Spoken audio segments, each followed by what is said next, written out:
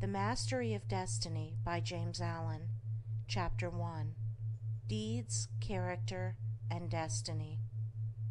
There is, and always has been, a widespread belief in fate, or destiny, that is, in an eternal and inscrutable power, which apportions definite ends to both individuals and nations.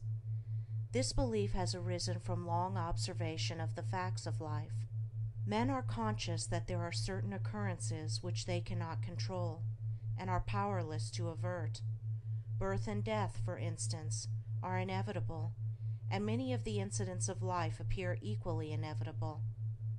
Men strain every nerve for the attainment of certain ends, and gradually they become conscious of a power which seems to be not of themselves, which frustrates their puny efforts, and laughs, as it were, at their fruitless striving and struggle. As men advance in life, they learn to submit, more or less, to this overruling power which they do not understand, perceiving only its effects in themselves and the world around them, and they call it by various names, such as God, Providence, Fate, Destiny, etc. Men of contemplation, such as poets and philosophers, step aside, as it were, to watch the movements of this mysterious power, as it seems to elevate its favorites on the one hand and strike down its victims on the other, without reference to merit or demerit. The greatest poets, especially the dramatic poets, represent this power in their works, as they have observed it in nature. The Greek and Roman dramatists usually depict their heroes as having foreknowledge of their fate, and taking means to escape it, but by so doing they blindly involve themselves in a series of consequences which bring about the doom they are trying to avert. Shakespeare's characters, on the other hand, are represented, as in nature, with no foreknowledge, except in the form of presentiment, of their particular destiny. Thus, according to the poets, whether the man knows his fate or not, he cannot avert it, and every conscious or unconscious act of his is a step towards it. Omar Khayyam's moving finger is a vivid expression of this idea of fate. The moving finger writes, and having writ, moves on, nor all thy piety nor wit shall lure it back to cancel half a line, nor all thy tears wash out a word of it. Thus men in all nations and times have experienced in their lives the action of this invincible power or law, and in our nation today this experience has been crystallized in the terse proverb, "Man proposes, God disposes." But contradictory as it may appear, there is an equally widespread belief in man's responsibility as a free agent. All moral teaching is an affirmation of man's freedom to choose his course and mold his destiny, and man's patient and untiring efforts in achieving his ends are declarations of consciousness of freedom and power. This dual experience of fate on the one hand and freedom on the other has given rise to the interminable controversy between the believers in fatalism and the upholders of free will, a controversy which was recently revived under the term determinism versus free will. Between apparently conflicting extremes, there is always a middle way of balance, justice, or compensation, which, while it includes both extremes, cannot be said to be either one or the other, and brings both into harmony, and this middle way is the point of contact between two extremes. Truth cannot be a partisan, but by its nature is the reconciler of extremes, and so in the matter which we are considering, there is a golden mean which brings fate and free will into close relationship, wherein, indeed, it is seen that these two indisputable facts in human life, for such they are but two aspects of one central law, one unifying and all-embracing principle, namely, the law of causation in its moral aspect. Moral causation necessitates both fate and free will, both individual responsibility and individual predestination, for the law of causes must also be the law of effects, and cause and effect must always be equal. The train of causation, both in matter and mind, must be eternally balanced, therefore eternally just, eternally perfect. Thus every effect may be said to be a thing preordained, but the predetermining power is a cause, and not the fiat of an arbitrary will. Man finds himself involved in the train of causation. His life is made up of causes and effects. It is both a sowing and a reaping. Each act of his is a cause, which must be balanced by its effects. He chooses the cause, this is free will. He cannot choose, alter, or avert the effect, this is fate. Thus free will stands for the power to initiate causes, and destiny is involvement in effects. It is therefore true that man is predestined to certain ends, but he himself has, though he knows it not, issued the mandate, that good or evil thing from which there is no escape, he has, by his own deeds, brought about. It may here be urged that man is not responsible for his deeds, that these are the effects of his character, and that he is not responsible for the character, good or bad, which was given him at his birth. If character was given him at birth, this would be true, and there would then be no moral law, and no need for moral teaching. But characters are not given ready-made, they are evolved. They are indeed effects, the products of the moral law itself, that is, the products of deeds. Character result of an accumulation of deeds which have piled up, so to speak, by the individual during his life. Man is the doer of his own deeds, as such he is the maker of his own character. And as the doer of his deeds, and the maker of his character, he is the molder and shaper of his destiny. He has the power to modify and alter his deeds, and every time he acts, he modifies his character, and with the modification of his character for good or evil, he is predetermining for himself new destinies, destinies disastrous or beneficent, in accordance with the nature of his deeds. Character is destiny itself, as a fixed combination of deeds. It bears within itself the results of those deeds. These results lie hidden as moral seeds in the dark recesses of the character, awaiting their season of germination, growth, and fruitage. Those things which befall a man are the reflections of himself, that destiny which pursued him, which he was powerless to escape by effort or avert by prayer, was the relentless ghoul of his own wrong deeds, demanding and enforcing restitution. Those blessings and curses which come to him unbidden are the reverberating echoes of the sounds which he himself sent forth. It is this knowledge of the perfect law working through and above all things, of the perfect justice operating in and adjusting all human affairs, that enables the good man to love his enemies, and to rise above all hatred, resentment, and complaining, for he knows that only his own can come to him, and that, though he be surrounded by persecutors, his enemies are but the blind instruments of a faultless retribution, and so he blames them not, but calmly receives his accounts, and patiently pays his moral debts. But this is not all. He does not merely pay his debts. He takes care not to contract any further debts. He watches himself and makes his deeds faultless. While paying off evil accounts, he is laying up good accounts. By putting an end to his own sin, he is bringing evil and suffering to an end. And now let us consider how the law operates in particular instances in the outworking of destiny through deeds and character. First, we will look at this present life, for the present is the synthesis of the entire past. The net result of all that a man has ever thought and done is contained within him.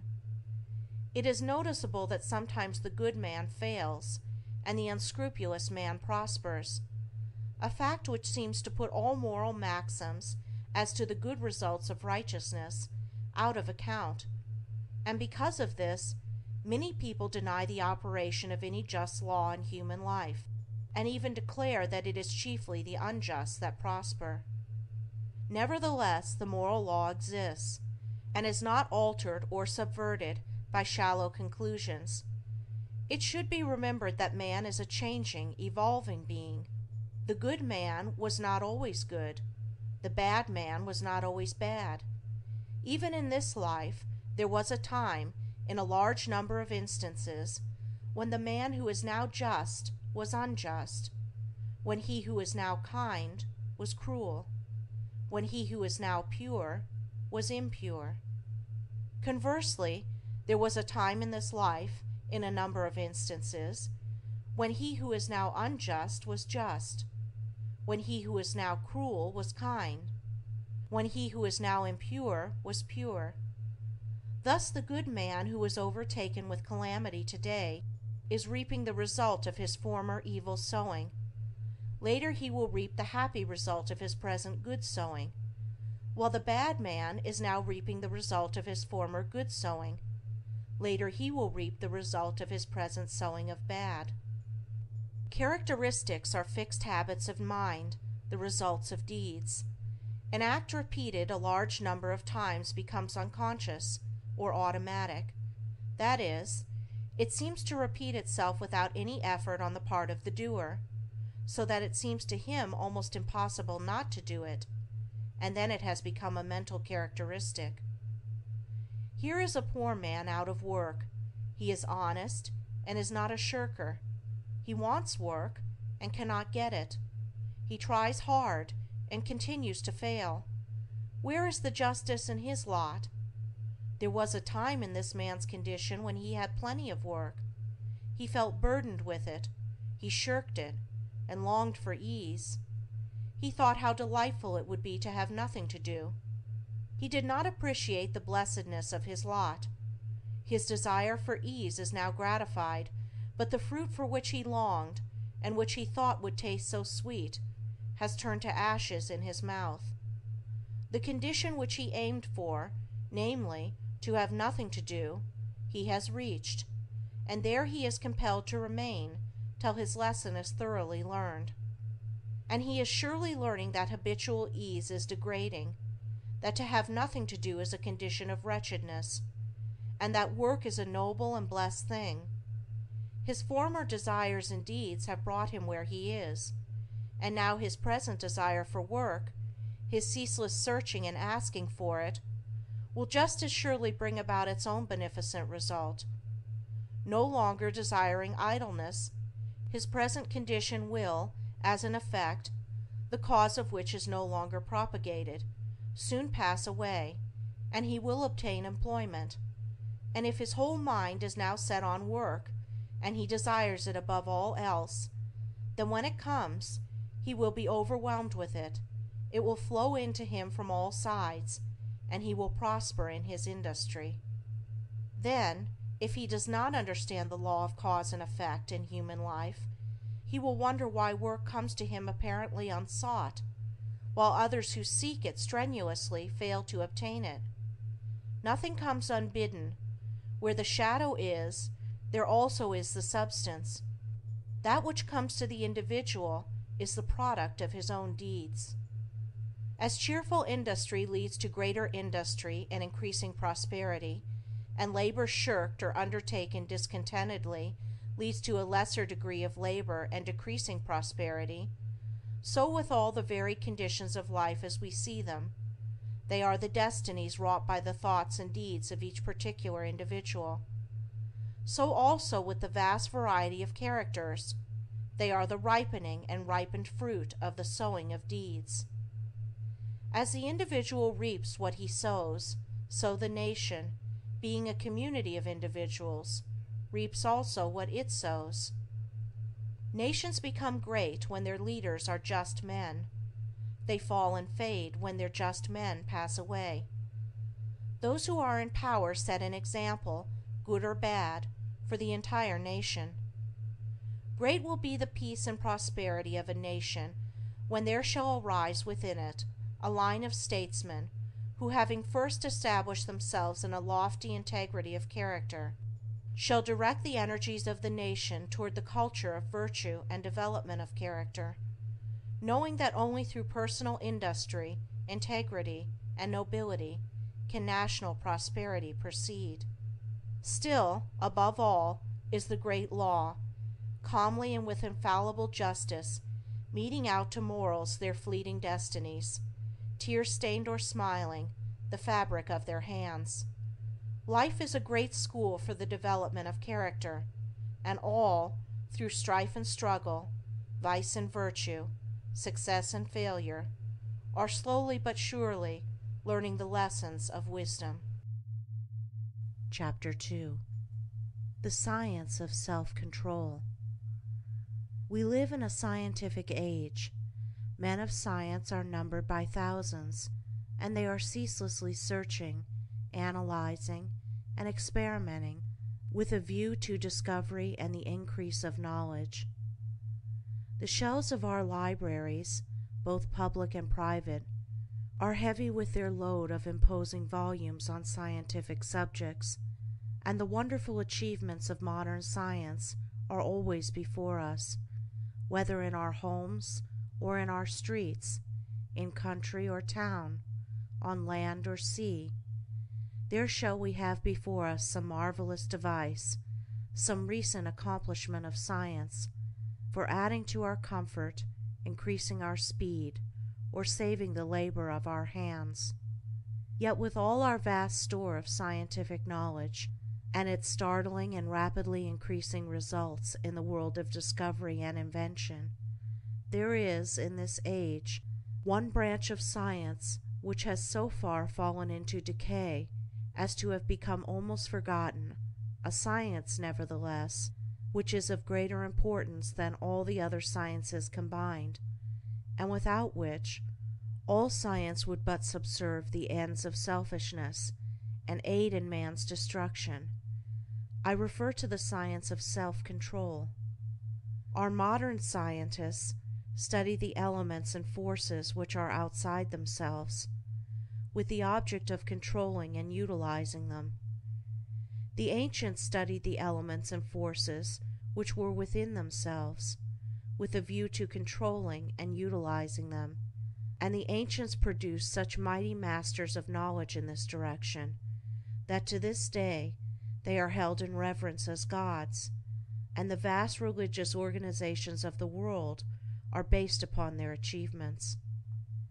Wonderful as are the forces in nature, they are vastly inferior to that combination of intelligent forces which comprise the mind of man, and which dominate and direct the blind mechanical forces of nature. Therefore it follows that, to understand, control, and direct the inner forces of passion, desire, will, and intellect, is to be in possession of the destinies of men and nations. As in ordinary science, there are, in this divine science, degrees of attainment, and a man is great in knowledge, great in himself, and great in his influence on the world, in the measure that he is great in self-control. He who understands and dominates the forces of external nature is the natural scientist, but he who understands and dominates the internal forces of the mind is the divine scientist, and the laws which operate in gaining a knowledge of external appearances operate also in gathering a knowledge of internal varieties. A man cannot become an accomplished scientist in a few weeks or months, nay, not even in a few years, but only after many years of painstaking investigation can he speak with authority, and be ranked among the masters of science. Likewise, a man cannot acquire self-control and become possessed of the wisdom and peace-giving knowledge which self-control confers, but by many years of patient labor, a labor which is all the more arduous because it is silent, and both unrecognized and unappreciated by others. And he who would pursue this science successfully must learn to stand alone, and to toil unrewarded, as far as any outward emolument is concerned. The natural scientist pursues, in acquiring his particular kind of knowledge, the following 5 orderly and sequential steps. 1. Observation. That is, he closely and persistently observes the facts of nature. 2. Experiment. Having become acquainted, by repeated observations, with certain facts, he experiments with those facts, with a view to the discovery of natural law. He puts his facts through rigid processes of analysis, and so finds out what is useless and what of value, and he rejects the former and retains the latter. 3. Classification.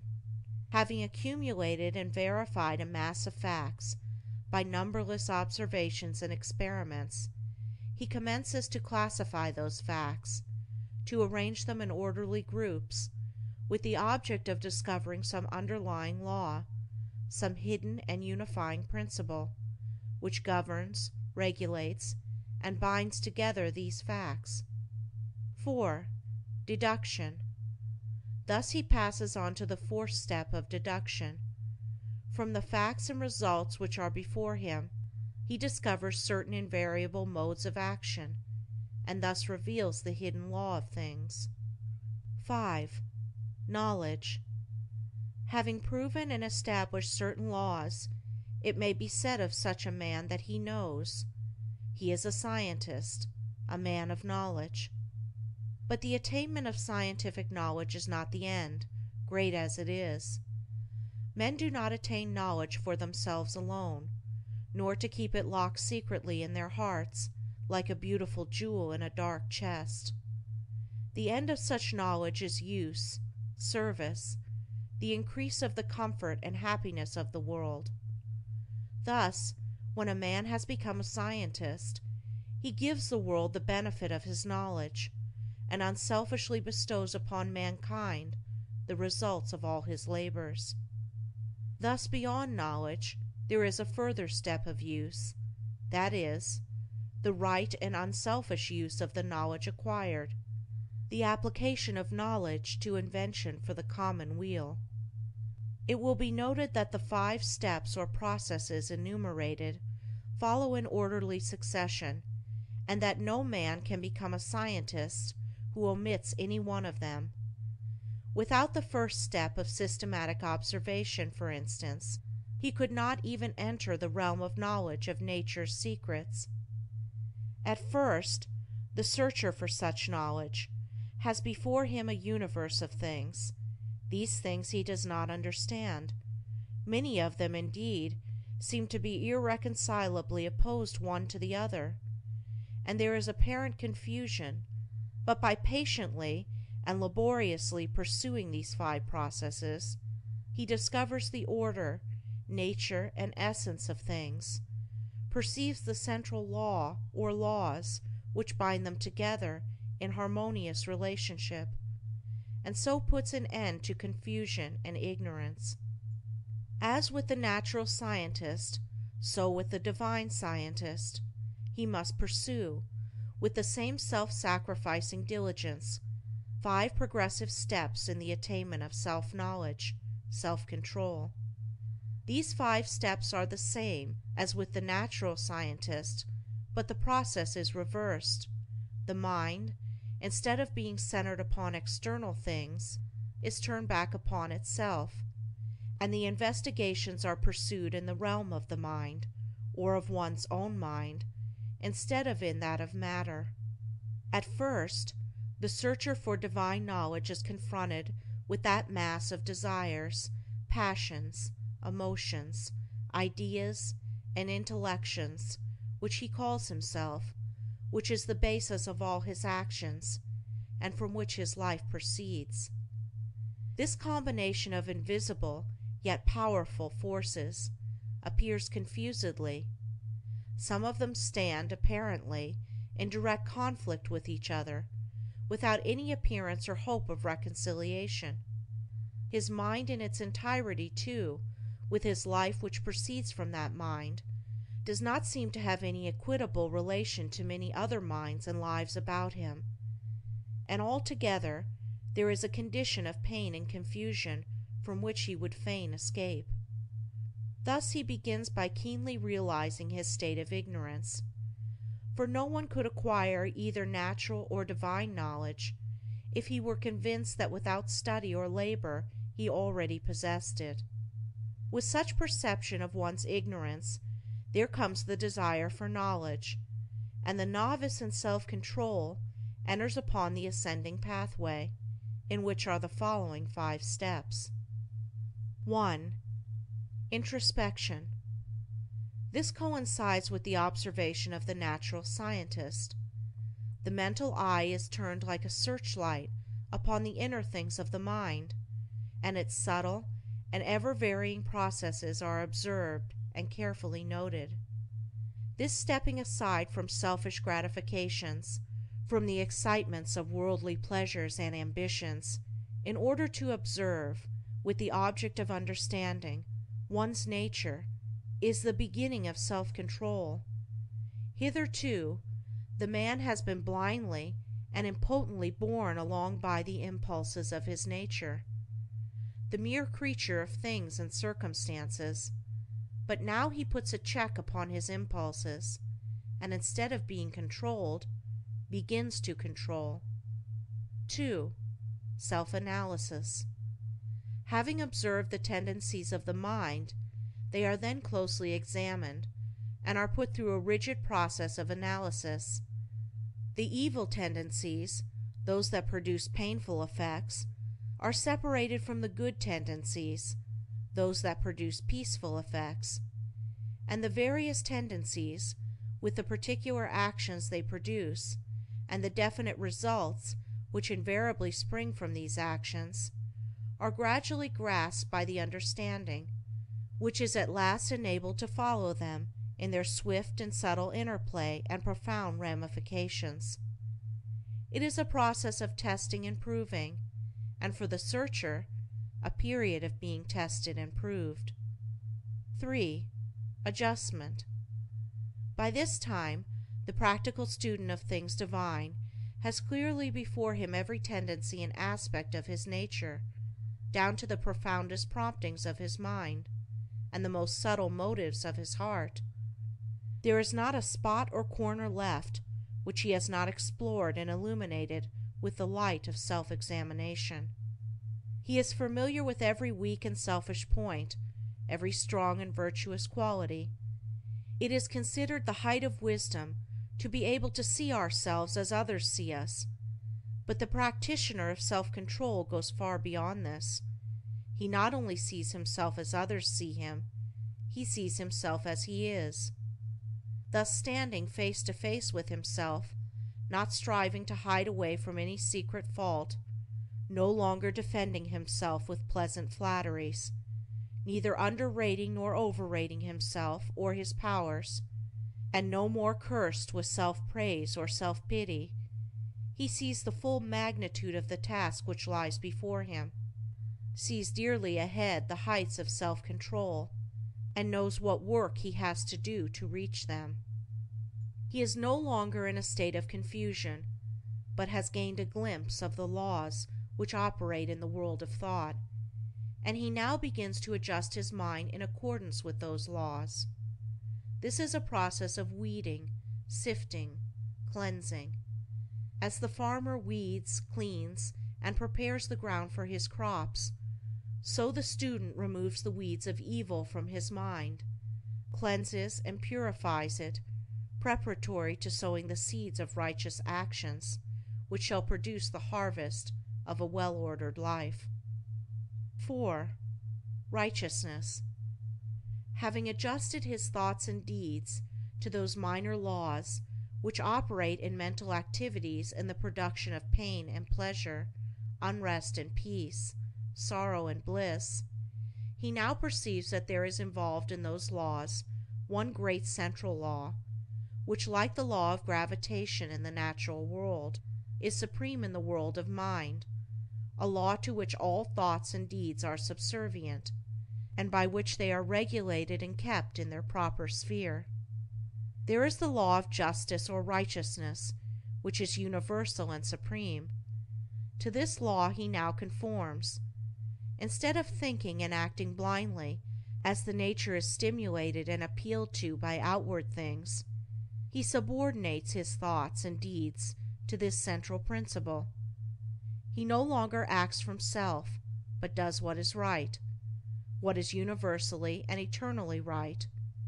He is no longer the abject slave of his nature and circumstances. He is the master of his nature and circumstances. He is no longer carried hither and thither on the forces of his mind. He controls and guides those forces to the accomplishment of his purposes. Thus, having his nature in control and subjugation, not thinking thoughts, nor doing deeds which oppose the righteous law, and which, therefore, that law annuls with suffering and defeat, he rises above the dominion of sin and sorrow, ignorance and doubt, and is strong, calm, and peaceful. 5. Pure knowledge.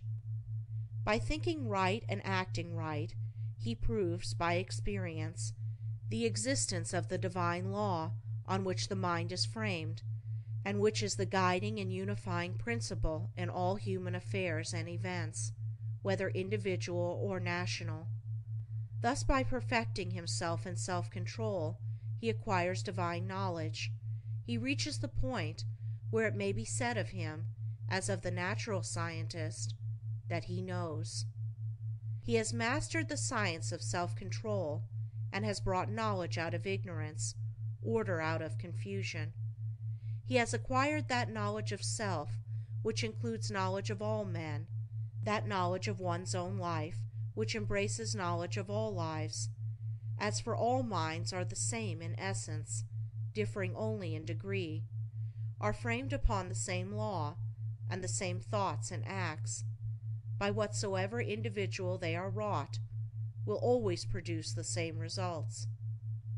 But this divine and peace-bestowing knowledge, as in the case of the natural scientist, is not gained for one's own self alone, for if this were so, the aim of evolution would be frustrated, and it is not in the nature of things to fall short of ripening and accomplishment.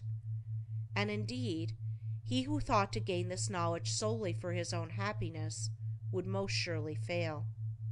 So beyond the 5th step of pure knowledge, there is still a further one of wisdom, which is the right application of the knowledge acquired, the pouring out upon the world, unselfishly and without stint, the results of one's labors, thus accelerating progress and uplifting humanity. It may be said of men who have not gone back into their own nature to control and purify it, that they cannot clearly distinguish between good and evil, right and wrong. They reach after those things which they think will give them pleasure, and try to avoid those things which they believe will cause them pain. The source of their actions is self, and they only discover right painfully and in a fragmentary way, by periodically passing through severe sufferings and lashings of conscience. But he who practices self-control, passing through the 5 processes, which are 5 stages of growth, gains that knowledge which enables him to act from the moral law which sustains the universe. He knows good and evil, right and wrong, and thus knowing them, lives in accordance with good and right. He no longer needs to consider what is pleasant or what is unpleasant, but he does what is right. His nature is in harmony with his conscience, and there is no remorse. His mind is in unison with the great law, and there is no more suffering and sin. For him evil is ended, and good is all in all. Chapter 3. Cause and Effect in Human Conduct. It is an axiom with the scientists that every effect is related to a cause. Apply this to the realm of human conduct, and there is revealed the principle of justice. Every scientist knows, and all men believe, that perfect harmony prevails throughout every portion of the physical universe, from the speck of dust to the greatest sun. Everywhere there is exquisite adjustment. In the sidereal universe, with its millions of suns rolling majestically through space and carrying with them their respective systems of revolving planets, its vast nebula, its sea of meteors, and its vast army of comets, traveling through illimitable space with inconceivable velocity, perfect order prevails. And again, in the natural world, with its multitudinous aspects of life, and its infinite variety of forms, there are the clearly defined limits of specific laws, through the operation of which all confusion is avoided, and unity and harmony eternally obtain. If this universal harmony could be arbitrarily broken, even in one small particular, the universe would cease to be. There could be no cosmos, but only universal chaos. Nor can it be possible in such a universe of law that there should exist any personal power which is above, outside, and superior to such law in the sense that it can defy it, or set it aside, for whatsoever beings exist, whether they be men or gods, they exist by virtue of such law, and the highest, best, and wisest among all beings would manifest his greater wisdom by his complete obedience to that law which is wiser than wisdom, and than which nothing more perfect could be devised. All things, whether visible or invisible, are subservient to, and fall within the scope of, this infinite and eternal law of causation. As all things seen obey it, so all things unseen, the thoughts and deeds of men, whether secret or open, cannot escape it. Do right, it recompenseth. Do wrong, the equal retribution must be made. Perfect justice upholds the universe. Perfect justice regulates human life and conduct. All the varying conditions of life, as they obtain in the world today, are the result of this law reacting on human conduct. Man can, and does, choose what causes he shall set in operation, but he cannot change the nature of effects. He can decide what thoughts he shall think, and what deeds he shall do, but he has no power over the results of those thoughts and deeds. These are regulated by the overruling law. Man has all power to act, but his power ends with the act committed. The result of the act cannot be altered, annulled, or escaped. It is irrevocable. Evil thoughts and deeds produce conditions of suffering. Good thoughts and deeds determine conditions of blessedness. Thus man's power is limited to, and his blessedness or misery is determined by, his own conduct. To know this truth renders life simple, plain, and unmistakable. All the crooked paths are straightened out, the heights of wisdom are revealed, and the open door to salvation from evil and suffering is perceived and entered. Life may be likened to a sum in arithmetic.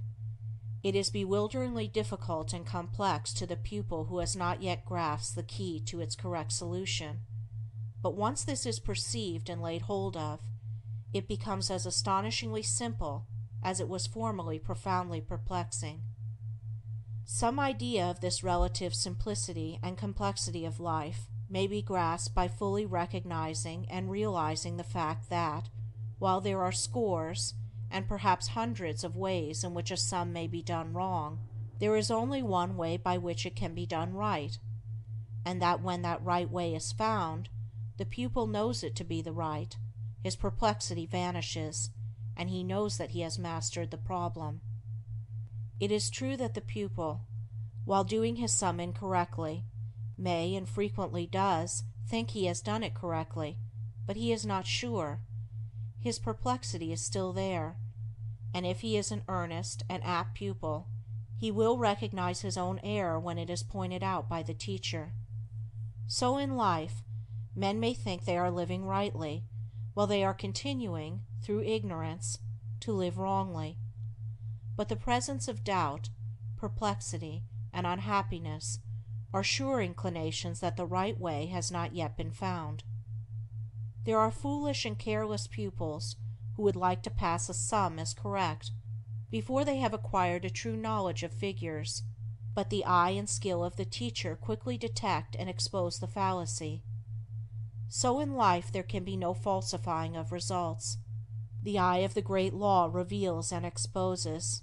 Twice 5 will make 10 to all eternity, and no amount of ignorance, stupidity, or delusion can bring the result up to 11. If one looks superficially at a piece of cloth, he sees it as a piece of cloth, but if he goes further and inquires into its manufacture, and examines it closely and attentively, he sees that it is composed of a combination of individual threads, and that, while all the threads are interdependent, each thread pursues its own way throughout, never becoming confused with its sister thread. It is this entire absence of confusion between the particular threads which constitutes the finished work a piece of cloth. Any inharmonious commingling of the thread would result in a bundle of waste or a useless rag. Life is like a piece of cloth, and the threads of which it is composed are individual lives. The threads, while being interdependent, are not confounded one with the other. Each follows its own course. Each individual suffers and enjoys the consequences of his own deeds, and not the deeds of another. The course of each is simple and definite, the whole forming a complicated, yet harmonious, combination of sequences. There are action and reaction, deed and consequence, cause and effect, and the counterbalancing reaction, consequence, and effect is always in exact ratio with the initiatory impulse. A durable and satisfactory piece of cloth cannot be made from shoddy material, and the threads of selfish thoughts and bad deeds will not produce a useful and beautiful life, a life that will wear well and bear close inspection. Each man makes or mars his own life. It is not made or marred by his neighbor, or by anything external to himself. Each thought he thinks, each deed he does, is another thread, shoddy or genuine, woven into the garment of his life, and as he makes the garment, so he must wear it. He is not responsible for his neighbor's deeds. He is not the custodian of his neighbor's actions. He is responsible only for his own deeds. He is the custodian of his own actions. The problem of evil subsists in a man's own evil deeds, and it is solved when those deeds are purified.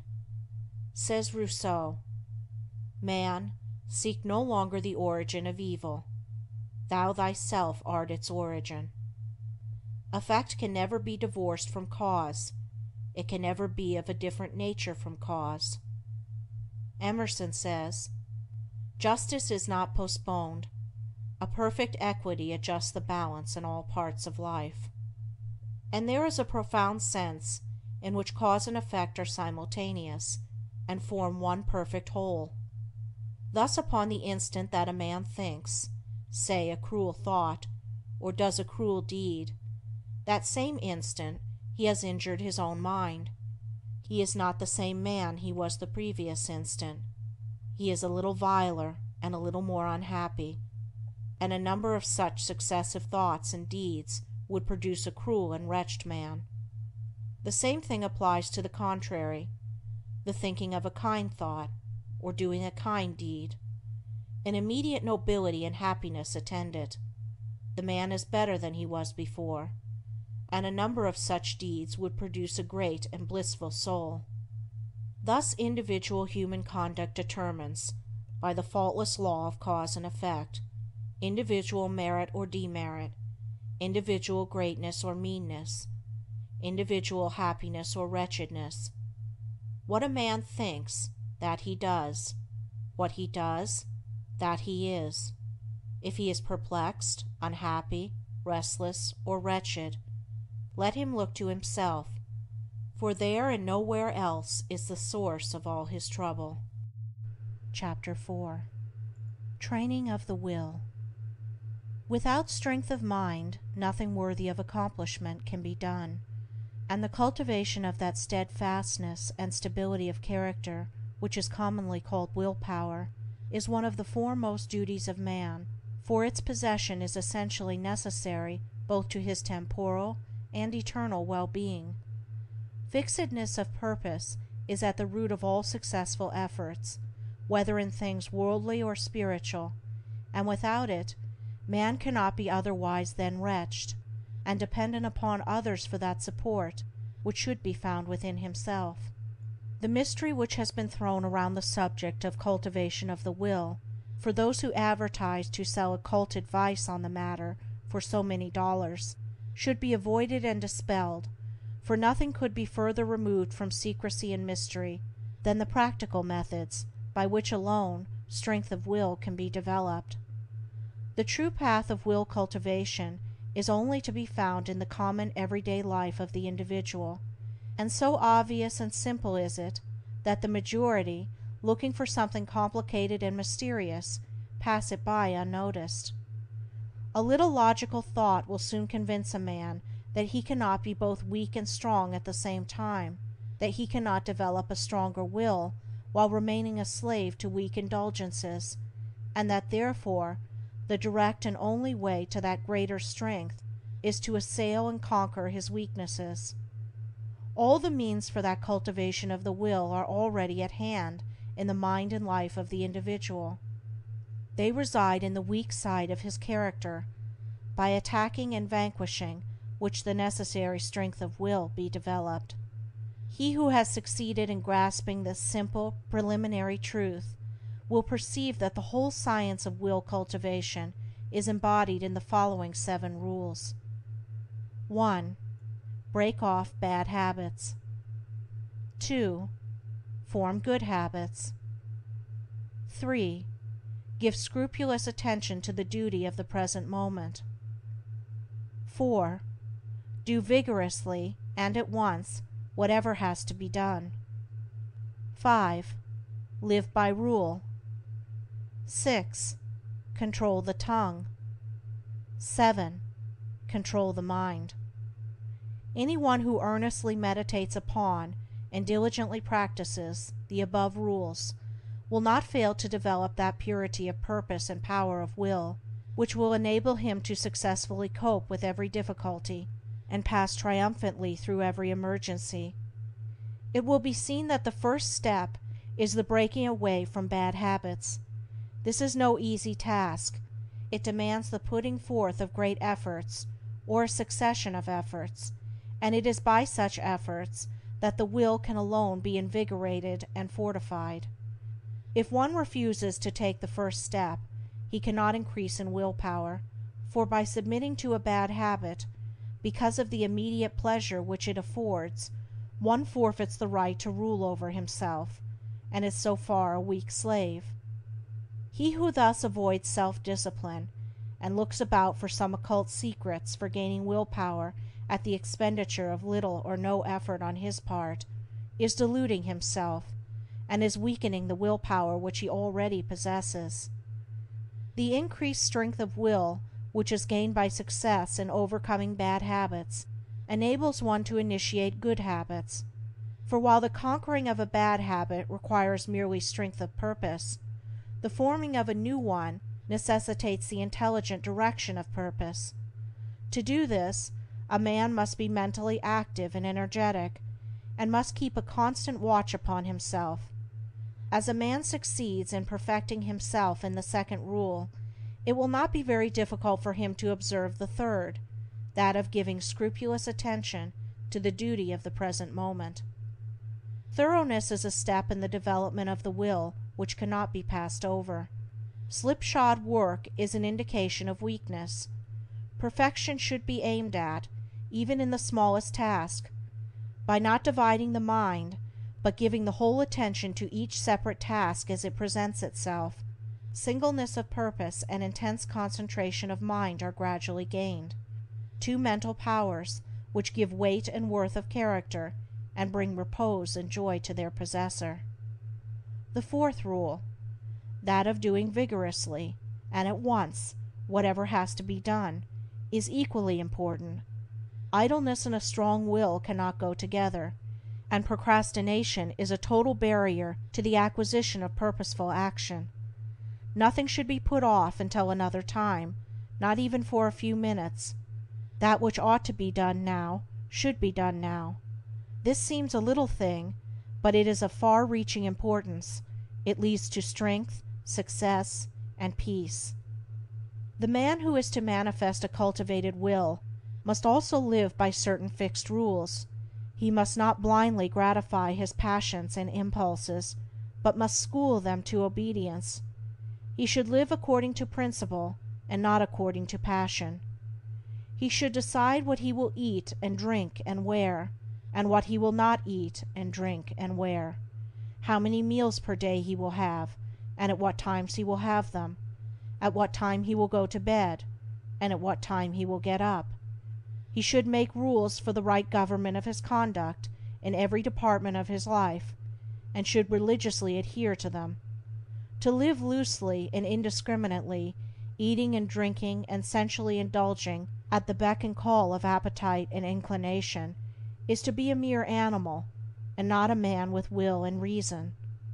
The beast in man must be scourged and disciplined and brought into subjugation, and this can only be done by training the mind and life on certain fixed rules of right conduct. The saint attains to holiness by not violating his vows, and the man who lives according to good and fixed rules is strong to accomplish his purpose. The sixth rule, that of controlling the tongue, must be practiced until one has perfect command of his speech, so that he utters nothing in peevishness, anger, irritability, or with evil intent. The man of strong will does not allow his tongue to run thoughtlessly and without check. All these 6 rules, if faithfully practiced, will lead up to the 7th, which is the most important of them all, namely, rightly controlling the mind. Self-control is the most essential thing in life, yet least understood, but he who patiently practices the rules herein laid down, bringing them into requisition in all his ways and undertakings, will learn, by his own experience and efforts, how to control and train his mind, and to earn thereby the supreme crown of manhood, the crown of a perfectly poised will. Chapter 5. Thoroughness. Thoroughness consists in doing little things as though they were the greatest things in the world. That the little things of life are of primary importance is a truth not generally understood, and the thought that little things can be neglected, thrown aside, or slurred over is at the root of that lack of thoroughness which is so common, and which results in imperfect work and unhappy lives. When one understands that the great things of the world and of life consist of a combination of small things, and that without this aggregation of small things the great things would be non-existent, then he begins to pay careful attention to those things which he formerly regarded as insignificant. He thus acquires the quality of thoroughness, and becomes a man of usefulness and influence, for the possession or non-possession of this one quality may mean all the difference between a life of peace and power and one of misery and weakness. Every employer of labor knows how comparatively rare this quality is, how difficult it is to find men and women who will put thought and energy into their work, and do it completely and satisfactorily. Bad workmanship abounds. Skill and excellence are acquired by few. Thoughtlessness, carelessness, and laziness are such common vices that it should cease to appear strange that in spite of social reform the ranks of the unemployed should continue to swell, for those who scamp their work today will another day, in the hour of deep necessity, look and ask for work in vain. The law of survival of the fittest is not based on cruelty, it is based on justice. It is one aspect of that divine equity which everywhere prevails. Vice is beaten with many stripes. If it were not so, how could virtue be developed? The thoughtless and lazy cannot take precedence of, or stand equally with, the thoughtful and industrious. A friend of mine tells me that his father gave all his children the following piece of advice: "Whatever your future work may be, put your whole mind upon it and do it thoroughly.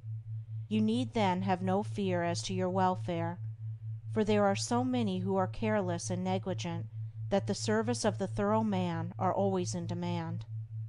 I know those who have, for years, tried in almost vain to secure competent workmanship in spheres which do not require exceptional skill, but which call chiefly for forethought, energy, and conscientious care. They have discharged one after another for negligence, laziness, incompetence, and persistent breaches of duty, not to mention other vices which have no bearing on this subject. Yet the vast army of the unemployed continues to cry out against the laws, against society, and against Heaven. The cause of this common lack of thoroughness is not far to seek. It lies in that thirst for pleasure which not only creates a distaste for steady labor, but renders one incapable of doing the best work, and of properly fulfilling one's duty. A short time ago a case came under my observation, one of many such, of a poor woman who was given, at her earnest appeal, a responsible and lucrative position. She had been at her post only a few days when she began to talk of the pleasure trip she was going to have now she had come to that place. She was discharged at the end of a month for negligence and incompetence. As two objects cannot occupy the same space at the same time, so the mind that is occupied with pleasure cannot also be concentrated upon the perfect performance of duty. Pleasure has its own place in time, but its consideration should not be allowed to enter the mind during those hours which should be devoted to duty. Those who, while engaged in their worldly task, are continually dwelling upon anticipated pleasures, cannot do otherwise than bungle through their work, or even neglect it when their pleasure seems to be at stake. Thoroughness is completeness, perfection. It means doing a thing so well that there is nothing left to be desired. It means doing one's work, if not better than anyone else can do it, at least not worse than the best that others do. It means the exercise of much thought, the putting forth of great energy, the persistent application of the mind to its task, and the cultivation of patience, perseverance, and a high sense of duty. An ancient teacher said, "If anything has to be done, let a man do it, let him attack it vigorously."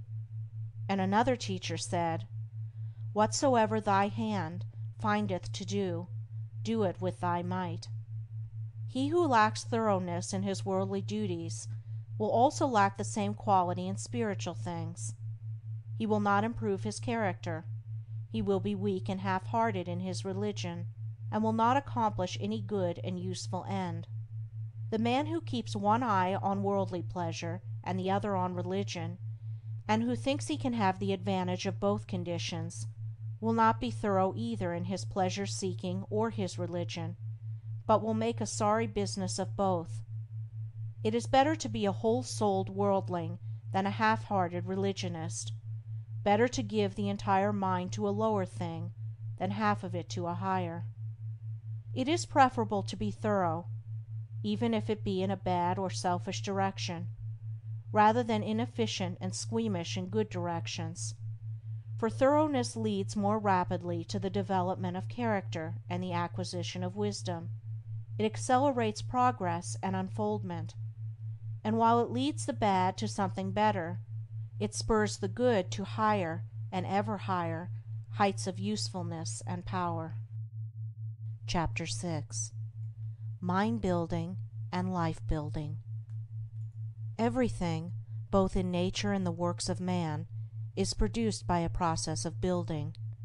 The rock is built up of atoms, the planet, the animal, and men are built up of cells. A house is built of bricks, and a book is built of letters. A world is composed of a large number of forms, and a city of a large number of houses. The arts, sciences, and institutions of a nation are built up by the efforts of individuals. The history of a nation is the building of its deeds. The process of building necessitates the alternate process of breaking down. Old forms that have served their purpose are broken up, and the material of which they are composed enters into new combinations. There is reciprocal integration and disintegration. In all compounded bodies, old cells are ceaselessly being broken up, and new cells are formed to take their place. The works of man also require to be continually renewed until they have become old and useless, when they are torn down in order that some better purpose may be served. These two processes of breaking down and building up in nature are called death and life. In the artificial works of man they are called destruction and restoration. This dual process, which obtains universally in things visible, also obtains universally in things invisible. As a body is built of cells and a house of bricks, so a man's mind is built of thoughts. The various characters of men are none other than compounds of thoughts of varying combinations. Herein we see the deep truth of the saying, "As a man thinketh in his heart, so is he." Individual characteristics are fixed processes of thought, that is, they are fixed in the sense that they have become such an integral part of the character that they can only be altered or removed by a protracted effort of the will, and by much self-discipline. Character is built in the same way as a tree or a house is built, namely, by the ceaseless addition of new material, and that material is thought. By the aid of millions of bricks a city is built. By the aid of millions of thoughts, a mind, a character, is built. Every man is a mind builder, whether he recognizes it or not. Every man must perforce think, and every thought is another brick laid down in the edifice of mind. Such bricklaying is done loosely and carelessly by the vast number of people, the result being unstable and tottering characters that are ready to go down under the first little gust of trouble or temptation. Some also put into the building of their minds large numbers of impure thoughts. These are so many rotten bricks that crumble away as fast as they are put in, leaving always an unfinished and unsightly building, and one which can afford no comfort and no shelter for its possessor. Debilitating thoughts about one's health, enervating thoughts concerning unlawful pleasures, weakening thoughts of failure, and sickly thoughts of self-pity and self-praise are useless bricks with which no substantial mind temple can be raised. Pure thoughts, wisely chosen and well placed, are so many durable bricks which will never crumble away, and from which a finished and beautiful building, and one which affords comfort and shelter for its possessor, can be rapidly erected. Bracing thoughts of strength, of confidence, of duty, inspiring thoughts of a large, free, unfettered, and unselfish life, are useful bricks with which a substantial mind temple can be raised, and the building of such a temple necessitates that old and useless habits of thought be broken down and destroyed. Build thee more stately mansions, O my soul, as the swift seasons roll. Each man is the builder of himself. If he is the occupant of a jerry-built hovel of a mind that lets in the rains of many troubles, and through which blow the keen winds of oft reoccurring disappointments, let him get to work to build a more noble mansion, which will afford him better protection against those mental elements. Trying to weakly shift the responsibility for his jerry-building onto the devil, or his forefathers, or anything or anybody but himself, will neither add to his comfort nor help him to build a better habitation. When he wakes up to a sense of his responsibility and the approximate estimate of his power, then he will commence to build like a true workman, and will produce a symmetrical and finished character that will endure and be cherished by posterity, and which, while affording a never-failing protection for himself, will continue to give shelter to many a struggling one when he has passed away. The whole visible universe is framed on a few mathematical principles. All the wonderful works of man in the material world have been brought about by the rigid observance of a few underlying principles, and all that there is to the making of a successful, happy, and beautiful life is the knowledge and application of a few simple root principles. If a man is to erect a building that is to resist the fiercest storms, he must build it on a simple mathematical principle, or law, such as the square or the circle.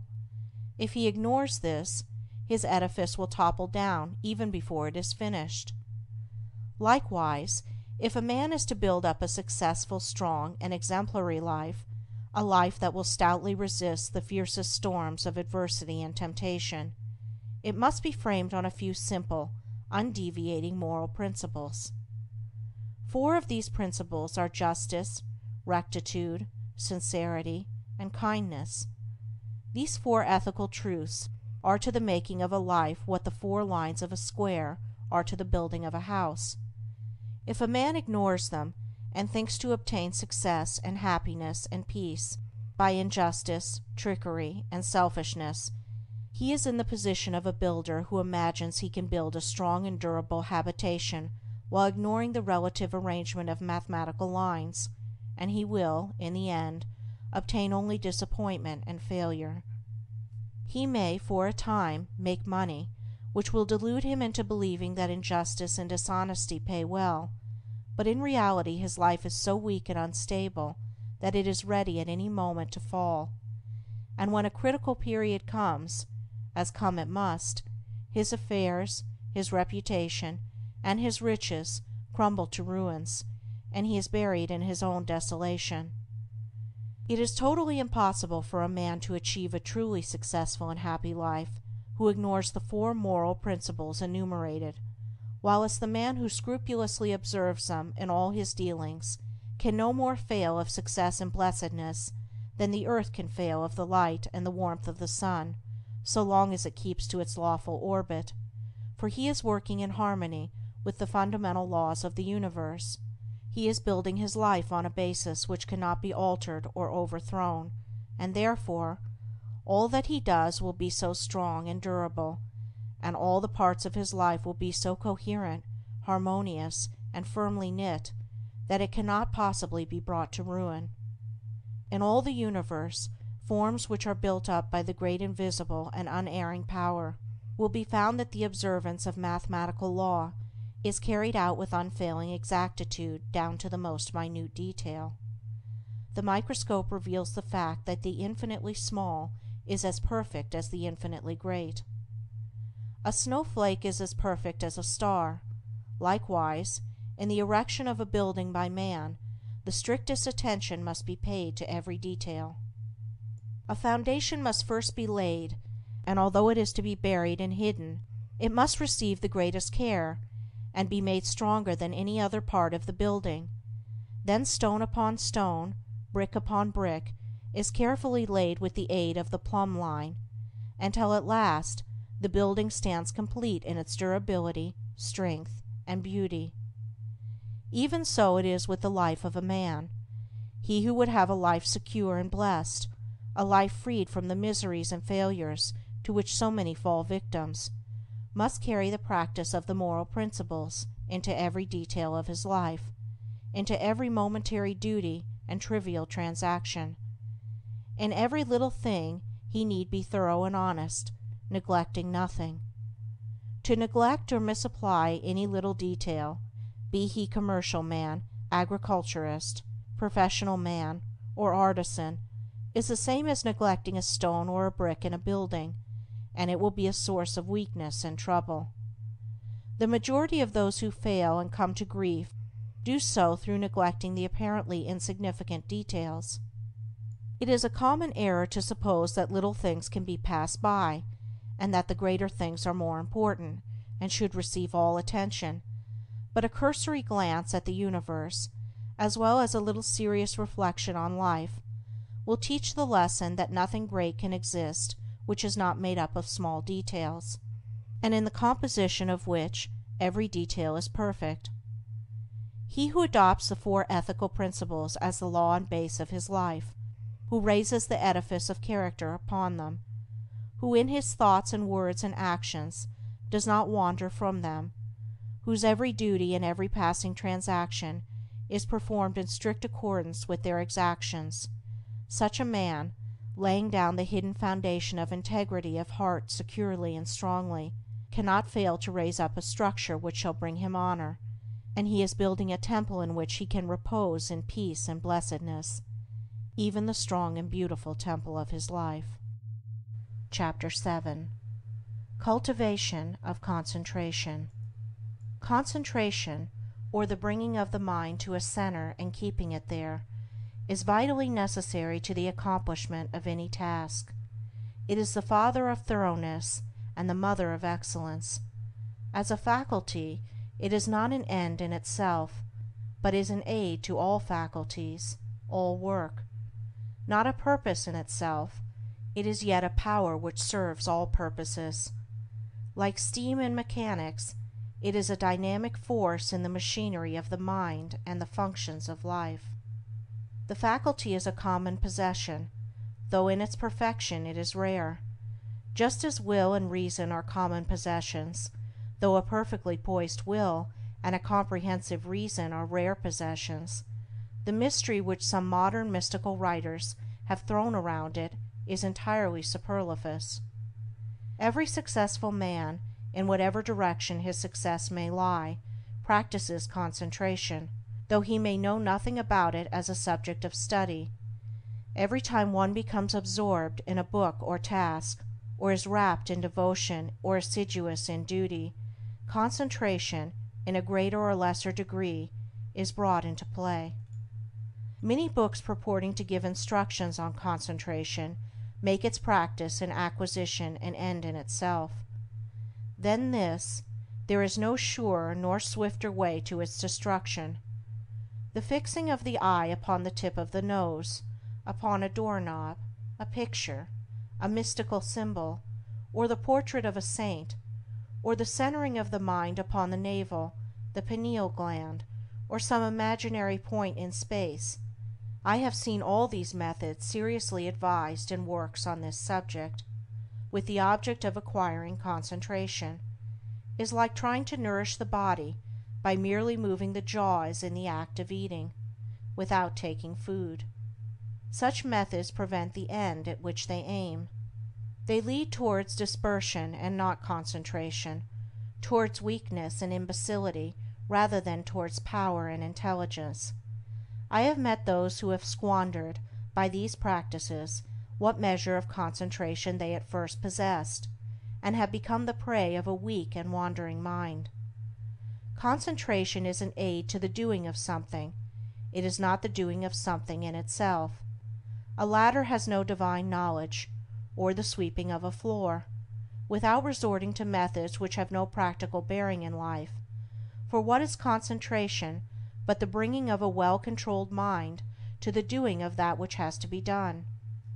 He who does his work in an aimless or hurried or thoughtless manner, and resorts to his artificial concentration methods, to his doorknob, his picture, or nasal extremity, in order to gain that which he imagines to be some kind of mystical power, but which is a very ordinary and practical quality, though he may drift towards insanity, and I knew one man who became insane by these practices, he will not increase in steadiness of mind.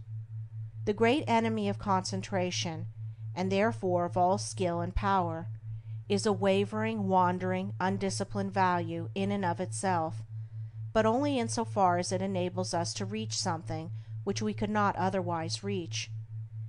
In like manner, concentration is that which enables the mind to accomplish with ease that which it would be otherwise impossible to accomplish, but of itself it is a dead thing, and not a living accomplishment. Concentration is so interwoven with the uses of life that it cannot be separated from duty, and he who tries to acquire it apart from his task, his duty, will not only fail, but will diminish, and not increase, his mental control and executive capacity, and so render himself less and less fit to succeed in his undertakings. A scattered and undisciplined army would be useless. To make it effective in action and swift in victory, it must be solidly concentrated and masterfully directed. Scattered and diffuse thoughts are weak and worthless. Thoughts marshaled, commanded, and directed upon at a given point are invincible. Confusion, doubt, and difficulty give way before their masterly approach. Concentrated thought enters largely into all successes and informs all victories. There is no more secret about its acquirement than about any other acquisition, for it is governed by the underlying principle of all development, namely, practice. To be able to do a thing, you must begin to do it, and keep on doing it until the thing is mastered. This principle prevails universally, in all arts, sciences, trades, in all learning, conduct, religion. To be able to paint, one must paint. To know how to use a tool skillfully, he must use the tool. To become learned, he must learn. To become wise, he must do wise things. And to successfully concentrate his mind, he must concentrate it. But the doing is not all, it must be done with energy and intelligence. The beginning of concentration, then, is to go to your daily task and put your mind on it, bringing all your intelligence and mental energy to a focus upon that which has to be done. And every time the thoughts are found wandering aimlessly away, they should be brought promptly back to the thing in hand. Thus the center upon which you are to bring your mind to a point is not your pineal gland or a point in space, but the work which you are doing every day, and your object in thus concentrating is to be able to do your work with smooth rapidity and consummate skill. For until you can thus do your work, you have not gained any degree of control over the mind, you have not acquired the power of concentration. This powerful focusing of one's thought and energy and will upon the doing of things is difficult at first, as everything worth acquiring is difficult, but daily efforts, strenuously made and patiently followed up, will soon lead to such a measure of self-control as will enable one to bring a strong and penetrating mind to bear upon any work undertaken, a mind that will quickly comprehend all the details of the work, and dispose of them with accuracy and dispatch. He will thus, as his concentrative capacity increases, enlarge his usefulness in the scheme of things, and increase his value to the world, thus inviting nobler opportunities, and opening the door to higher duties. He will also experience the joy of a wider and fuller life. In the process of concentration there are the four following stages: 1. Attention. 2. Contemplation. 3. Abstraction. 4. Activity in repose. At first the thoughts are arrested, and the mind is fixed upon the object of concentration, which is the task in hand. This is attention. The mind is then roused into vigorous thought concerning the way of proceeding with the task. This is contemplation. Protracted contemplation leads to a condition of mind in which the doors of the senses are all closed against the entrance of outside distractions, the thoughts being wrapped in, and solely and intensely centered upon the work in hand. This is abstraction. The mind thus centered in profound cogitation reaches a state in which the maximum of work is accomplished with the minimum of friction. This is activity in repose. Attention is the first stage in all successful work. Those who lack it fail in everything. Such are the lazy, the thoughtless, the indifferent, and incompetent. When attention is followed by an awakening of the mind to serious thought, then the second stage is reached. To ensure success in all ordinary, worldly undertakings, it is not necessary to go beyond these two stages. They are reached, in a greater or lesser degree, by all that large army of skilled and competent workers which carries out the work of the world in its manifold departments, and only a comparatively small number reach the third stage of abstraction, for when abstraction is reached, we have entered the sphere of genius. In the first two stages, the work and the mind are separate, and the work is done more or less laboriously and with a degree of friction, but in the third stage, a marriage of the work with the mind takes place, there is a fusion, a union, and the two become one. Then there is a superior efficiency with less labor and friction. In the perfection of the first two stages, the mind is objectively engaged, and is easily drawn from its center by external sights and sounds. But when the mind has attained perfection in abstraction, the subjective method of working is accomplished, as distinguished from the objective. The thinker is then oblivious to the outside world, but is vividly alive in his mental operations. If spoken to, he will not hear, and if plied with more vigorous appeals, he will bring back his mind to outside things as one coming out of a dream. Indeed, this abstraction is a kind of waking dream, but its similarity to a dream ends with the subjective state. It does not obtain in the mental operations of that state, in which, instead of the confusion of dreaming, there is perfect order, penetrating insight, and a wide range of comprehension. Whoever attains to perfection in abstraction will manifest genius in the particular work upon which his mind is centered. Inventors, artists, poets, scientists, philosophers, and all men of genius are men of abstraction. They accomplish subjectively, and with ease, that which the objective workers, men who have not yet attained beyond the second stage in concentration, cannot accomplish with the most strenuous labor.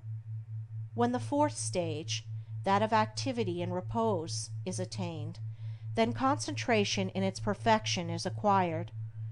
I am unable to find a single word which will fully express this dual condition of intense activity combined with steadiness, or rest, and have therefore employed the term activity and repose.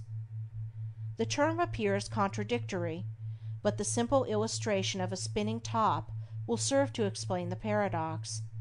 When a top spins at the maximum velocity, the friction is reduced to the minimum, and the top assumes that condition of perfect repose which is a sight so beautiful to the eye and so captivating to the mind of the schoolboy, who then says his top is asleep. The top is apparently motionless, but it is at rest, not of inertia, but of intense and perfectly balanced activity. So the mind that has acquired perfect concentration is, when engaged in that intense activity of thought which results in productive work of the highest kind, in a state of quiet poise and calm repose. Externally, there is no apparent activity, no disturbance, and the face of a man who has acquired this power will assume a more or less radiant calmness, and the face will be more sublimely calm when the mind is most intensely engaged in active thought. Each stage of concentration has its particular power. Thus the first stage, when perfected, leads to usefulness, the second leads to skill, ability, talent, the third leads to originality and genius, while the fourth leads to mastery and power, and makes leaders and teachers of men. In the development of concentration, also, as in all objects of growth, the following stages embody the preceding ones in their entirety. Thus contemplation, attention is contained. In abstraction, both attention and contemplation are embodied. And he who has reached the last stage brings into play, in the act of contemplation, all the four stages. He who has perfected himself in concentration is able, at any moment, to bring his thoughts to a point upon any matter, and to search into it with the strong light of an active comprehension.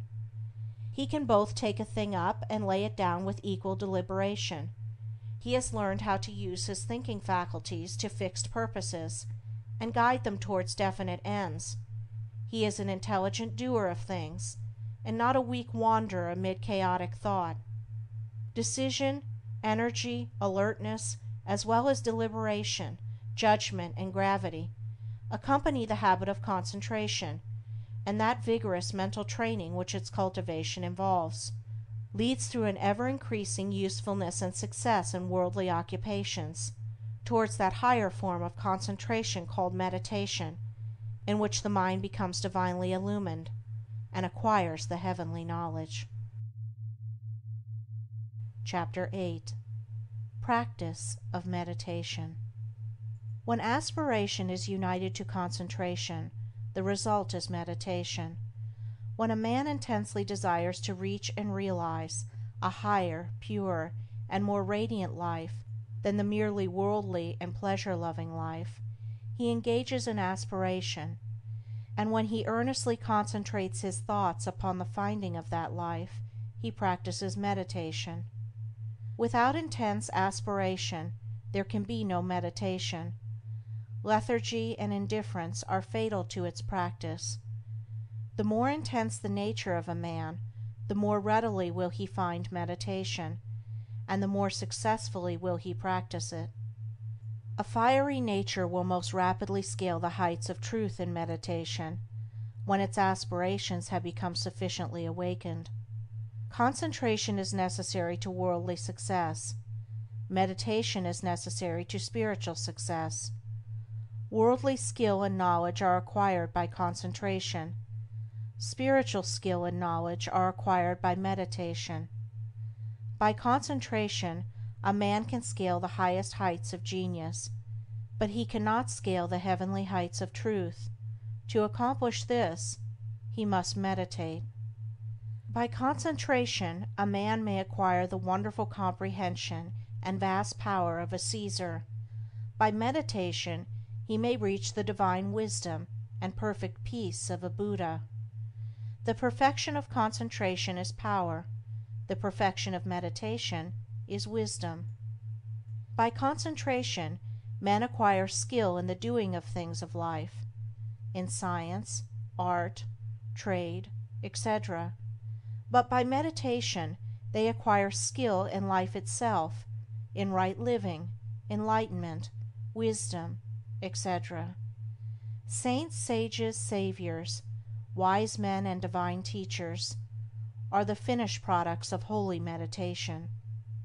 The 4 stages in concentration are brought into play in meditation, the difference between the 2 powers being one of direction and not of nature. Meditation is therefore spiritual concentration, the bringing of the mind to a focus in its search for the divine knowledge, the divine life, the intense dwelling, in thought, on truth. Thus a man aspires to know and realize, above all things else, the truth. He then gives attention to conduct, to life, to self-purification. Giving attention to these things, he passes into serious contemplation of the facts, problems, and mystery of life. Thus contemplating, he comes to love truth so fully and intensely as to become wholly absorbed in it. The mind is drawn away from its wanderings in a multitude of desires, and solving one by one the problems of life, realizes that profound union with truth which is the state of abstraction, and thus absorbed in truth there is that balance and poise of character, that divine action and repose, which is the abiding calm and peace of an emancipated and enlightened mind. Meditation is more difficult to practice than concentration, because it involves a much more severe self-discipline than that which obtains in concentration. A man can practice concentration without purifying his heart and life, whereas the process of purification is inseparable from meditation. The object of meditation is divine enlightenment, the attainment of truth, and is therefore interwoven with practical purity and righteousness. Thus while, at first, the time spent in actual meditation is short, perhaps only half an hour in the early morning, the knowledge gained in that half hour of vivid aspiration and concentrated thought is embodied in practice during the whole day. In meditation, therefore, the entire life of a man is involved, and as he advances in its practice he becomes more and more fitted to perform the duties of life in the circumstances in which he may be placed, for he becomes stronger, holier, calmer, and wiser. The principle of meditation is twofold, namely, 1. Purification of the heart by repetitive thoughts on pure things. 2. Attainment of divine knowledge by embodying such purity in practical life. Man is a thought being, and his life and character are determined by the thoughts in which he habitually dwells. By practice, association, and habit, thoughts tend to repeat themselves with greater and greater ease and frequency, and so fix the character in a given direction by producing that automatic action which is called habit. By daily dwelling upon pure thoughts, the man of meditation forms the habit of pure and enlightened thinking, which leads to pure and enlightened actions and well-performed duties. By the ceaseless repetition of pure thoughts, he at last becomes one with those thoughts, and is a purified being, manifesting his attainment in pure actions, in a serene and wise life. The majority of men live in a series of conflicting desires, passions, emotions, and speculations, and there are restlessness, uncertainty, and sorrow. But when a man begins to train his mind in meditation, he gradually gains control over this inward conflict by bringing his thoughts to a focus upon a central principle. In this way the old habits of impure and erroneous thought and action are broken up, and the new habits of pure and enlightened thought and action are formed. The man becomes more and more reconciled to truth, and there is increasing harmony and insight, a growing perfection and peace. A powerful and lofty aspiration towards truth is always accompanied with a keen sense of the sorrow and brevity and mystery of life, and until this condition of mind is reached, meditation is impossible.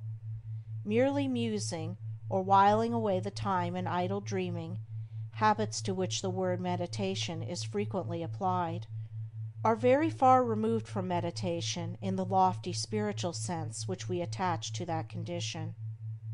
It is easy to mistake reverie for meditation. This is a fatal error which must be avoided by one striving to meditate. The two must not be confounded. Reverie is a loose dreaming into which a man falls. Meditation is a strong, purposeful thinking into which a man rises. Reverie is easy and pleasurable. Meditation is at first difficult and irksome. Reverie thrives in indolence and luxury. Meditation arises from strenuousness and discipline. Reverie is first alluring, then sensuous, and then sensual. Meditation is first forbidding, then profitable, and then peaceful. Reverie is dangerous. It undermines self-control. Meditation is protective. It establishes self-control. There are certain signs by which one can know whether he is engaging in reverie or meditation. The indications of reverie are: 1. A desire to avoid exertion. 2. A desire to experience the pleasures of dreaming. 3. An increasing distaste for one's worldly duties. 4. A desire to shirk one's worldly responsibilities. 5. Fear of consequences. 6. A wish to get money with as little effort as possible. 7. Lack of self-control. The indications of meditation are: 1. Increase of both physical and mental energy. 2. A strenuous striving after wisdom. 3. A decrease of irksomeness in the performance of duty. 4. A fixed determination to faithfully fulfill all worldly responsibilities. 5. Freedom from fear. 6. Indifference to riches. 7. Possession of self-control. There are certain times, places, and conditions in and under which, it is impossible to meditate, others wherein it is difficult to meditate, and others wherein meditation is rendered more accessible, and these, which should be known and carefully observed, are as follows: times, places, and conditions in which meditation is impossible. 1.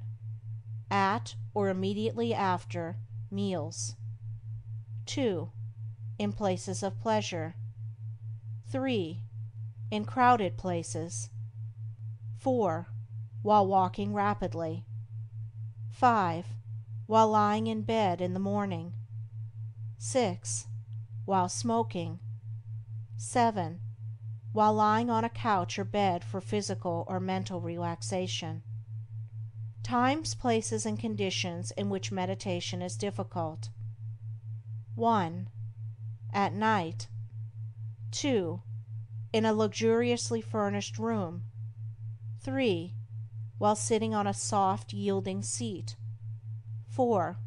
While wearing gay clothing. 5. When in company. 6. When the body is weary.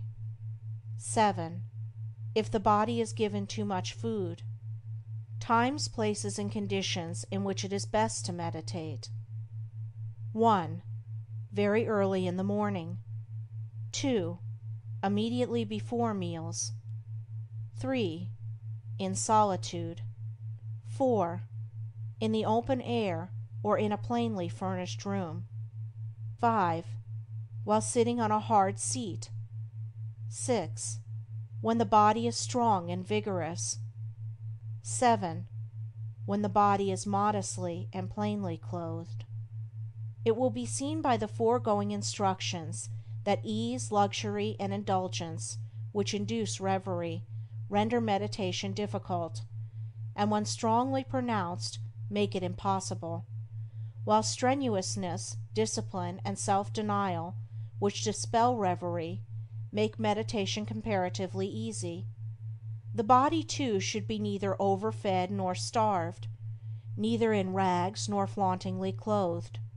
It should not be tired, but should be at its highest point of energy and strength, as the holding of the mind to a concentrated train of subtle and lofty thought requires a high degree of both physical and mental energy. Aspiration can often best be aroused and the mind renewed in meditation by the mental repetition of a lofty precept, a beautiful sentence or verse of poetry. Indeed, the mind that is ready for meditation will instinctively adopt this principle. Mere mechanical repetition is worthless, and even a hindrance. The words repeated must be so applicable to one's own condition that they are dwelt upon lovingly and with concentrated devotion. In this way, aspiration and concentration harmoniously combine to produce, without undue strain, the state of meditation. All the conditions above stated are of the utmost importance in the early stages of meditation, and should be carefully noted and duly observed by all who are striving to acquire the practice, and those who faithfully follow the instructions, and who strive and persevere, will not fail to gather in due season, the harvest of purity, wisdom, bliss, and peace, and will surely eat of the sweet fruits of holy meditation. Chapter 9. The Power of Purpose. Dispersion is weakness, concentration is power. Destruction is a scattering, preservation a uniting process. Things are useful and thoughts are powerful in the measure that their parts are strongly and intelligently concentrated. Purpose is highly concentrated thought. All the mental energies are directed to the attainment of an object, and obstacles which intervene between the thinker and the object are, one after another, broken down and overcome. Purpose is the keystone in the temple of achievement. It binds and holds together in complete whole that which would otherwise lie scattered and useless. Empty whims, ephemeral fancies, vague desires, and half-hearted resolutions have no place in purpose. In the sustained determination to accomplish, There is an invincible power which swallows up all inferior considerations, and marches direct to victory. All successful men are men of purpose. They hold fast to an idea, a project, a plan, and will not let it go. They cherish it, brood upon it, tend and develop it, and when assailed by difficulties, they refuse to be beguiled into surrender. Indeed, the intensity of the purpose increases with the growing magnitude of the obstacles encountered. The men who have molded the destinies of humanity have been mighty men of purpose. Like the Roman laying his road, they have followed along a well-defined path, and have refused to swerve aside even when torture and death confronted them. The great leaders of the race are the mental road makers, and mankind follows in the intellectual and spiritual paths which they have carved out and beaten. Great is the power of purpose. To know how great, let a man study it in the lives of those whose influence has shaped the ends of nations and directed the destinies of the world. In an Alexander, a Caesar, or a Napoleon, we see the power of purpose when it is directed in worldly and personal channels. In a Confucius, a Buddha, or a Christ, we perceive its vaster power when its course is along heavenly and impersonal paths. Purpose goes with intelligence. There are lesser and greater purposes according with degrees of intelligence. A great mind will always be great of purpose. A weak intelligence will be without purpose. A drifting mind argues a measure of undevelopment. What can resist an unshakable purpose? What can stand against it or turn it aside? Inert matter yields to a living force, and circumstance succumbs to the power of purpose. Truly the man of unlawful purpose will, in achieving his ends, destroy himself, but the man of good and lawful purpose cannot fail. It only needs that he daily renew the fire and energy of his fixed resolve, to consummate his object. The weak man, who grieves because he is misunderstood, will not greatly achieve. The vain man, who steps aside from his resolve in order to please others and gain their approbation, will not highly achieve. The double-minded man, who thinks to compromise his purpose, will fail. The man of fixed purpose who, whether misunderstandings and foul accusations, or flatteries and fair promises, rain upon him, does not yield a fraction of his resolve, is the man of excellence in achievement, of success, greatness, power. Hindrances stimulate the man of purpose. Difficulties nerve him to renewed exertion. Mistakes, losses, pains do not subdue him, and failures are steps in the ladder of success, for he is ever conscious of the certainty of final achievement. All things at last yield to the silent, irresistible, all-conquering energy of purpose. Out of the night that covers me, black as the pit from pole to pole, I thank whatever gods may be for my unconquerable soul. In the fell clutch of circumstance I have not whined nor cried aloud. Under the bludgeoning of chance my head is bloody but unbowed. It matters not how strait the gate, how charged with punishment the scroll, I am the master of my fate. I am the captain of my soul. Chapter 10. The Joy of Accomplishment. Joy is always the accompaniment of a task successfully accomplished. An undertaking completed, or a piece of work done, always brings rest and satisfaction. When a man has done his duty, he is light-hearted and happy, says Emerson, and no matter how insignificant the task may appear, the doing of it faithfully and with whole-souled energy always results in cheerfulness and peace of mind. Of all miserable men, the shirker is the most miserable, thinking to find ease and happiness in avoiding difficult duties and necessary tasks, which require the expenditure of labor and exertion. His mind is always uneasy and disturbed. He becomes burdened with an inward sense of shame, and forfeits manliness and self-respect.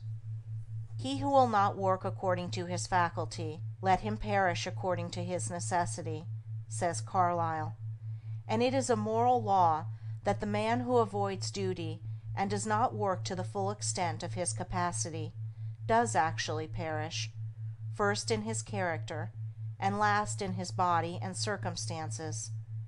Life and action are synonymous, and immediately when a man tries to escape exertion, either physical or mental, he has commenced to decay.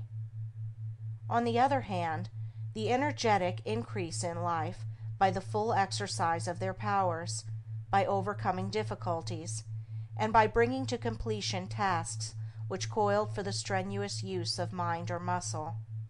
How happy is a child when a school lesson, long labored over, is mastered at last!